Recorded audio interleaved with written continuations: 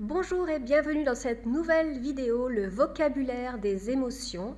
Et je vous propose un petit jeu, 5 émotions, 15 mots.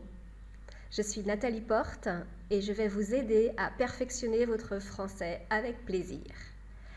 Voyons de quoi il s'agit aujourd'hui.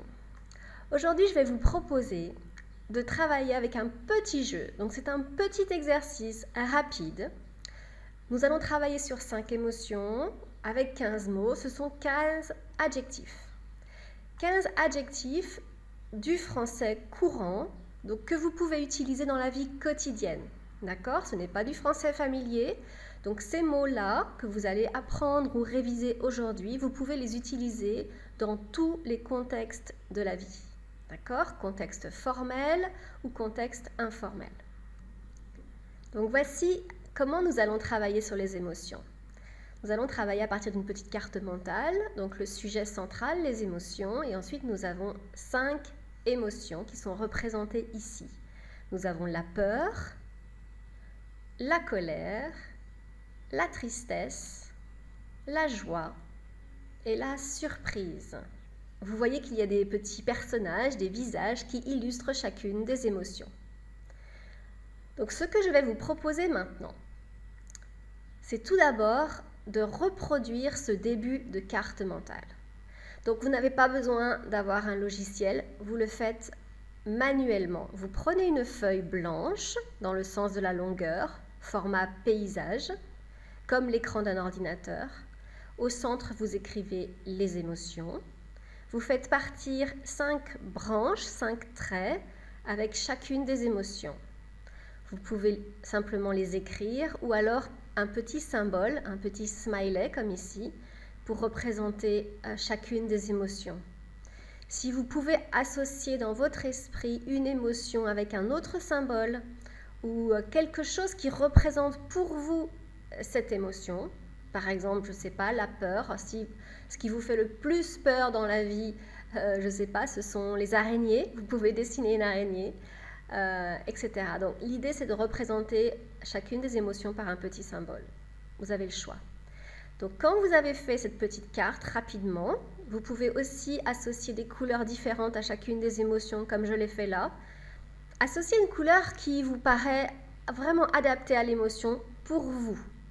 Par exemple, j'ai associé le rouge à la colère, le violet à la joie, mais ce n'est pas du tout obligatoire. Faites comme vous pensez le plus juste pour vous. Quand vous avez fait ça, bien au centre de la feuille, vous allez essayer de réfléchir aux adjectifs que vous connaissez pour chacune de ces émotions. Donc, je suis et ensuite l'adjectif qui représente l'émotion. Commencez déjà à voir si vous connaissez certains adjectifs. Donc ça, prenez peut-être 2 ou 3 minutes pour essayer de faire ça. Ensuite, voici ce que je vous propose. Vous allez découvrir 15 adjectifs. C'est 15 adjectifs que moi je vais vous proposer. Je vais vous donner une liste. Et ensuite, vous allez associer ces adjectifs aux émotions. Pour chacune des émotions, il y a 3 adjectifs. D'accord ? Voici les premiers mots. Donc évidemment, vous pouvez faire pause avec cette vidéo pour écrire progressivement les adjectifs sur votre carte. D'accord ? Donc prenez votre temps. Moi, je vais vous faire défiler les 15 adjectifs. Accabler. Vous voyez que j'ai mis entre parenthèses la forme féminine. La prononciation est la même. Accabler, accabler. Affoler, affoler. Bouleverser, bouleverser. Content, contente. Vous avez entendu la différence de prononciation. Énervé, énervé. Enthousiaste. C'est le même adjectif au masculin et au féminin. Enthousiaste. Épaté, épaté. Étonné, étonné. Excité, excité. Fâché, fâché. Furieux, furieuse. Inquiet, inquiète. Malheureux, malheureuse. Paniqué, paniqué. Stupéfait, stupéfaite.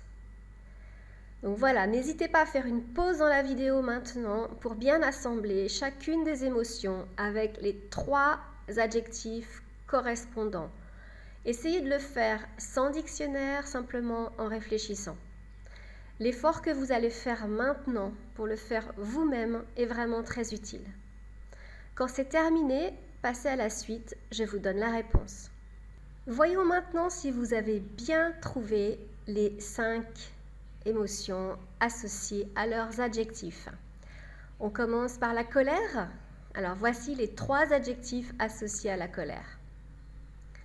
Énervé, je suis énervé, je suis fâché et je suis furieux, furieuse. Donc fâché et furieux sont plus forts qu'énervé. Hein. Je suis énervé, il y a quelque chose qui ne me plaît pas, je suis énervé. Fâché, c'est un peu plus fort et furieux, c'est très fort. D'accord? Donc là, c'est du moins fort au plus fort. Vous avez trouvé ces 3 adjectifs? Très bien, si vous les avez trouvés, c'est parfait. Sinon, c'est pas grave. Continuons. La tristesse. Je suis accablé, je suis malheureux, je suis malheureuse, je suis bouleversé, bouleversée. Donc là, le sens, évidemment, est un petit peu différent. Hein. Vous imaginez bien que chacun de ces adjectifs ne sont pas des synonymes exacts. Hein. Donc ces adjectifs, en fait, font référence à un type d'émotion, la tristesse, mais ils ne sont pas complètement équivalents, bien sûr. Hein. Donc quand on dit qu'on est accablé, c'est vraiment quelque chose qui nous est arrivé de très difficile, de très lourd.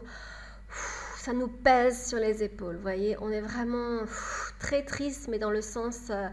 comme impuissant, je ne sais plus quoi faire.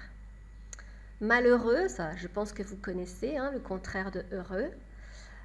Donc on peut être malheureux de manière, on va dire, presque générale, c'est-à-dire vous n'êtes pas heureux dans la vie, vous êtes malheureux, ce que je ne vous souhaite pas, mais on peut être simplement malheureux pour quelque chose en particulier. Une mauvaise nouvelle vient d'arriver, on peut dire qu'on est malheureux, mais ça peut être temporaire. Bouleversé, c'est quelque chose qui est très fort, une émotion très forte, provoquée en général par une mauvaise nouvelle, par un événement. Quelque chose qui se passe, qui est très fort. On est bouleversé. Donc on a vraiment une émotion extrêmement forte qui nous paralyse un peu en fait. Vous aviez trouvé ces 3 adjectifs pour la tristesse? Si oui, bravo. Voyons maintenant la joie. Donc on a je suis content, contente, je suis excitée, excitée, et je suis enthousiaste. Dans les 3 mots, peut-être le plus fort serait excité. Donc je suis content, ça me fait plaisir. Je suis content, contente. Je suis excitée, c'est quelque chose qui provoque une grande joie. Hein. Parfois aussi, quand on parle d'excitation, on est souvent impatient. Waouh, je vais assister à un super concert, je suis vraiment excitée. Pas comme en anglais excited, qui en français ça peut avoir aussi un sens sexuel, hein, excité sexuellement. Donc je vous conseille de faire un peu attention, de pas l'utiliser trop facilement, d'accord? C'est vraiment pour une émotion forte, une joie très forte. Et attention dans quel contexte vous l'utilisez, ça peut être mal perçu. Donc enthousiaste, c'est quelque chose qui provoque votre enthousiasme. C'est quelque chose que vous êtes très content de pouvoir faire en fait. Hein. Par exemple, waouh, je vais commencer une nouvelle formation en français, je suis enthousiaste. D'accord? Donc voilà pour la joie. Voyons maintenant la surprise. Je suis stupéfait ou stupéfaite. Je suis étonnée, étonnée. Je suis épatée, épatée. Donc stupéfait, stupéfaite, c'est une grande surprise, une surprise forte. On l'utilise assez souvent pour quelque chose qui n'est pas très positif, hein, qui est même négatif. Hein. Quelqu'un a fait quelque chose qui ne vous plaît pas du tout et qui vraiment vous étonne. Hein. Vous allez dire « Waouh, je suis stupéfaite, il a osé faire ça ». Étonné, on peut l'utiliser dans beaucoup plus de contextes, c'est plus général. Et je suis épatée, alors là c'est une surprise positive. Hein. Waouh, mon fils a réussi son examen avec mention, je suis épatée. Donc en fait vous êtes aussi dans l'admiration probablement. Donc voilà pour la surprise. Maintenant, voyons la peur. Je suis paniqué, paniqué, je suis affolé, affolé, et je suis inquiet, inquiète. Donc paniquer, c'est très très fort, hein. Donc vous êtes vraiment, la peur est très très forte, vous ne savez plus comment réagir, d'accord? Un événement très très difficile vient d'arriver, vous êtes paniqué. Affolé, c'est très proche et c'est fort, hein. Être affolé, c'est vraiment une difficulté à gérer l'émotion de la peur. Et inquiet, inquiète, alors là, c'est quelque chose qui est moins fort, c'est quelque chose qui va moins vous paralyser, on va dire. C'est quelque chose c'est une émotion, l'inquiétude, qui peut être plus durable en fait. On peut être inquiet pendant une longue période, alors que paniquer et affoler, c'est beaucoup plus temporaire et très fort. Voilà pour ces 5 émotions et les 15 adjectifs associés. J'espère que vous avez pu trouver un maximum d'adjectifs associés. Si vous avez aimé cette carte mentale complète et que vous aimeriez pouvoir l'afficher chez vous par exemple, l'imprimer et l'afficher, vous pouvez la télécharger, le lien est en dessous de la vidéo, dans la description. Mais si vous avez fait votre propre carte mentale, que vous avez mis des couleurs, des symboles, etc., ce serait très très bien en fait que vous puissiez afficher votre propre carte mentale. Ici, je vous ai proposé 3 mots pour chacune des émotions, mais bien sûr, si vous connaissez d'autres mots, et il y a d'autres mots, vous pouvez les afficher. Si vous avez un doute sur les autres mots que vous avez peut-être trouvés, mettez-moi un commentaire sur la vidéo YouTube. Si vous êtes abonné, vous pouvez aussi m'écrire. Voilà. Alors, si vous avez aimé ce type d'exercice de vocabulaire, je vous propose de découvrir d'autres exercices. En fait, ce que je vous ai proposé ici est un des exercices que je propose dans une fiche d'activité dans le pack Humour. Qu'est-ce que c'est le pack Humour? En fait, ce sont 3 vidéos d'humour de comédiens, humoristes francophones connus. 3 fiches d'activité avec au total 65 exercices. Donc là, ce que je vous ai proposé aujourd'hui en vidéo, c'est simplement l'explication d'un seul exercice, alors qu'il y en a 65. Chaque exercice a bien sûr un corrigé. Vous pouvez travailler la compréhension orale, donc essayer de comprendre l'humour des vidéos. Vous travaillez aussi le vocabulaire, comme on l'a vu ici, avec d'autres exercices variés sur plusieurs thèmes. Et vous travaillez aussi la grammaire, des sujets de grammaire très importants liés à ces vidéos. Donc en fait, ce que je vous propose, c'est d'apprendre de manière efficace, bien sûr, mais aussi avec plaisir. Que vous ayez vraiment du plaisir à faire ce type d'exercice. Donc le pack humour, vous pouvez tout à fait cliquer pour l'acheter.